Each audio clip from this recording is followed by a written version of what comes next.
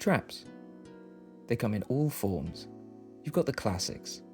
Trapdoors courtesy of suspiciously kind nuclear power plant owners. Then there's the iconic rolling boulder, just waiting to ruin the day of any whip-obsessed wielding archaeologist. And then there's the time traps. You know the ones. The kind that look like games, but secretly steal 80 hours of your life. Case in point, this absolute masterpiece.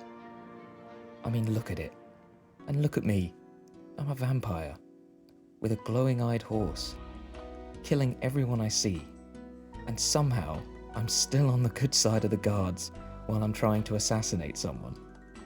I've been deep in a Dark Urge playthrough in patch 8 of Baldur's Gate, playing possibly the most evil character in the Imperium of Man, and yet I'm still getting smacked by a guy with unresolved daddy issues and a leather fetish. Anyway, the point is, traps are great. They can be mechanical, magical, psychological, or just really, really annoying and time-wasting. And I wanted to start making some more of my own. If you're new here, welcome. I'm building my first game in Godot, inspired by old school RuneScape, and it stars a little slime navigating a dungeon, one tile at a time, whilst trying to figure out why adventurers keep murdering all his friends. Now, let's make some traps. To make these traps, it means I need to go back to making some terrible pixel art. I started with a dragon-headed trap that breathes fire at a set interval. This was clearly inspired by the Fire Mage statues in the Hallowed Sepulchre, but I added a little charge-up animation so it's a little clearer to the player when it's about to set you on fire. Then, for some reason, I made 2 axe traps. One is going to be used for a spinning axe that moves back and forth, and the other is going to be a swinging axe that is going to swing in a simple left to right motion so that the player has to time their movements to get around it. I'm really happy with the swinging axe actually. It turned out pretty well. I think I'm slowly getting better at this pixel art thing. Now that I had the drawings for these traps, it was time to set them up. I hooked up the dragon head with its fire animation. This one was a bit of a pain. I had to make the fire start out invisible and inactive, and then turn visibility and monitoring on at the right moment. And then after a lot of research, I figured out that I could send a signal when the animation ended to hide it again. And after a lot of work, eventually it worked. It looks awful, but hey, as the dev motto goes, make it work first and then make it pretty. I will say the pretty part might be a while away though. One trap that unfortunately didn't follow this rule was my swinging axe. I don't know why I didn't see this coming at first. I tried doing an animation where I changed the rotation of the sprite by some degrees every second to make it look like it's swinging. Even then, I couldn't see the problem. I then stupidly thought, I know, I'll just spin the axe, so then when it's upside down, the player can't see it, and then when it comes back down, it will look like the axe is swinging from side to side. And with that, I got this. Yeah, I finally saw the issue. With the view of my game, it just looks like someone has let off a Beyblade, and it is now spinning very, very fast in a tile, with no way that a player can dodge it. It's not looking like an axe head swinging from side to side from a chain high above. I'm not gonna lie, I am sad about this one. I thought it looked pretty good when I drew it, but in practice, it just didn't work. But if anyone has an idea for how to use this, I would really appreciate it, as I don't want to lose this sprite. And more traps with different mechanics, the better.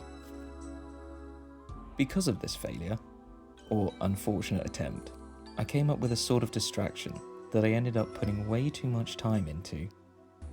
I had a look at the drawing software, Critter, to help me make my game assets into the cartoony drawn style I want. I have to say, for a terrible artist who's only ever used MS Paint to draw stick figures fighting each other when he was 10, Critter is a very intuitive bit of software that I would definitely recommend to anyone who is looking to do digital art. During this time, I made a basic floor tile, which I'm not too proud of, and I had a go at drawing my slime sprite, the way I sort of had it in my head. This took me forever, like 4 to 5 hours, but I eventually came up with this sprite, which I was happy with for my first sort of attempt, but the idea of doing animations for this by myself was terrifying, given how long it took me to just do one frame. However, I do have a secret weapon up my sleeve that I'll talk about later. In the meantime, I created a temporary winner tile, which eventually, thanks to the creation of a basic game manager, with a hard-coded signal that only admits the number 2, so every time the player lands on it, despite the level they're on, they get instantly taken to level 2. But hey, that's progress. Speaking of level 2, that is where I started adding my spinning axe. It took a couple of tries, but eventually I got the axe spinning and moving along the path at a sort of realistic speed, just enough that the player can dodge it, but it's still dangerous. Now, onto some UI work. As you've probably realised by now, I don't stick to one thing for too long, and I tend to hop around. So instead of getting all my traps to work properly, or creating a base trap scene which the other traps can inherit from, you know, stuff to make my life easier, I decided to try and create some basic UI for the player to start the game, move to the next level, and a game over screen to allow them to try the level again instead of being taken back to level 0. Again, I have no artistic skill, so I'm currently using a font that I really like the style of from this site. In fact, I liked it so much, I even donated to the creator. For the icons, buttons, background, etc., I also used someone else's amazing work, but I think this may be temporary, as while I like the style, I want to eventually have a go at making some myself, which is a bit more unique and tailored to my game. But yeah, after a bit of work making these scenes and hooking up the buttons, I eventually got it working. So now we have basic start screen at the beginning of the game, and one for when the player gets to the winner tile, and one for when they hit a trap. With these scenes done, I then went back to the game manager and implemented some basic logic so that the levels actually went sequentially, i.e. from level 1 to level 2 to level 3 and so on. This is just basic, as all the code does is take the last character from the level scene, which is a number, and adds 1 if the player completes the level, so they go to the next level, or if the player dies, they are reloaded at the start of the level they were on. So to round up, we now have 2 more traps, which should have been 3, unfortunately, and some basic UI and level navigation. I am happy with this progress, but I wish I had worked on this a bit more in the past couple of weeks to make a bit more progress. But as you probably can tell from the start of this video, I fell into my own trap of playing way too many great RPGs. But I haven't just been terrorizing the citizens of Cyrodiil, I have also been prepping my secret weapon.